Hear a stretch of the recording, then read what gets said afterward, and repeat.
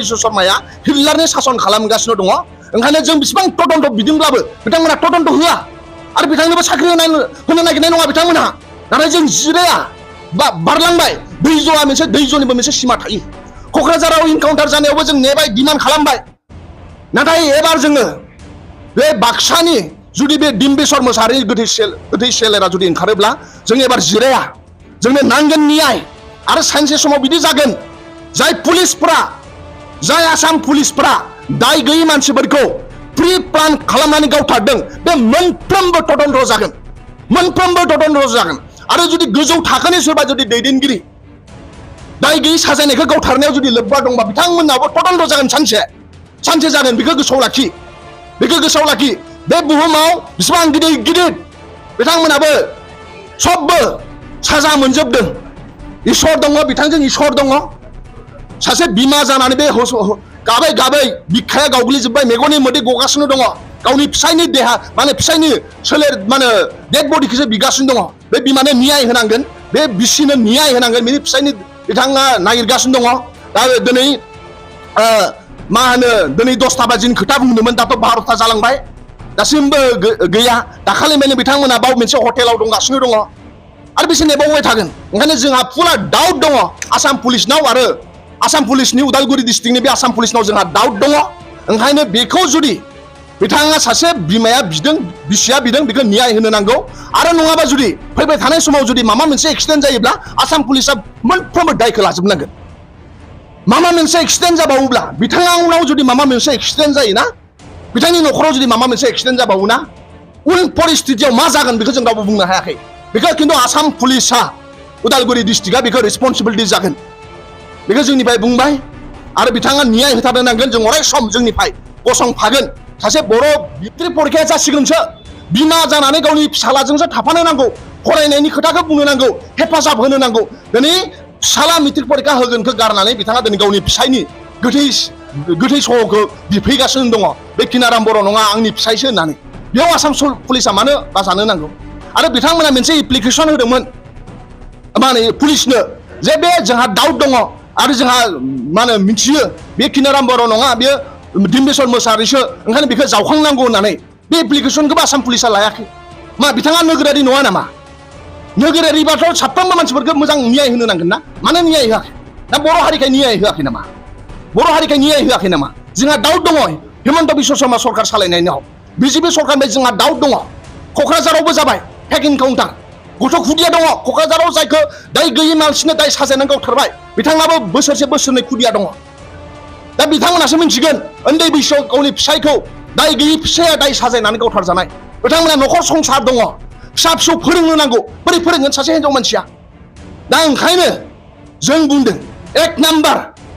बे डेड बडिया किनारामानो जाथों डिम्बेश्वरानो जाथों नाथाय बिथाङा बेखौ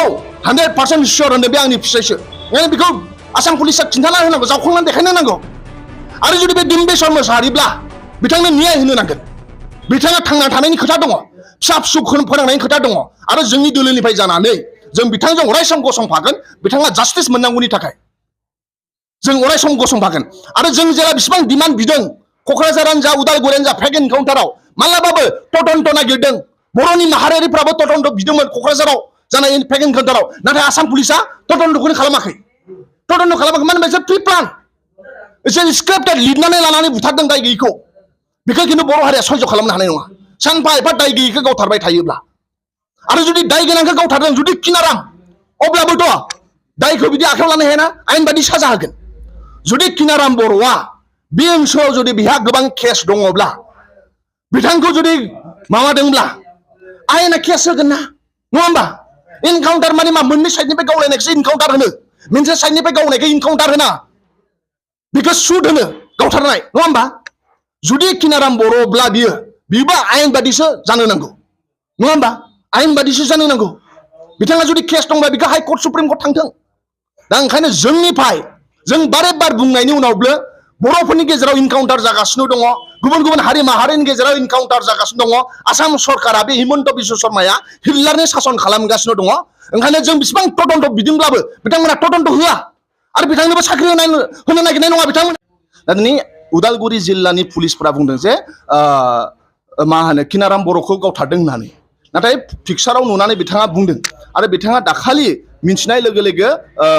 सुनिबारनिफ्रायनो फैनानै बाव दंफैयो उदालगुरियाव फैनानै बिथाङा बुंगासिनो दं जे बेयो किनाराम बर' नङा बियो डिम्बिश्वर मोसाहारिसो बेखौ आंनो नांगौ आंनि फिसायसो बियो होननानै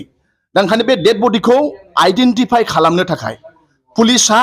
जुदि सासे भारतनि आयेनाबो बेखौनो बुङो सासे जुदि बिमाया सासे जुदि बिसिया गावनि सोरबा जुदि भारतनि आयेन बादियै जुदि बिथांमोनखौ बुथारबाय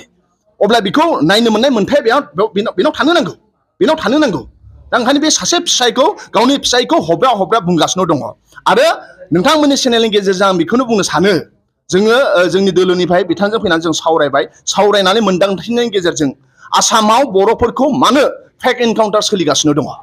मानो फेक एनकाउन्टार आसाम पुलिसा जोंखौ नेनो थाखायसो आसाम सरकारा जोंनिबो सरकार जोंखौ नेनो थाखायसो जोंनि संख्रि बानलुजोंसो बिथांमोनहा सरकाराव टेक्स मोननानै सालायो आसाम पुलिसखौ गुवाहाटीनिफ्राय अबेनिफ्राय थिनहरोब्ला उदालगुरि बाक्सा जोंखौ नेनो थाखायसो जों सासे माने नोगोरारि आरो बिनि दाय गैयै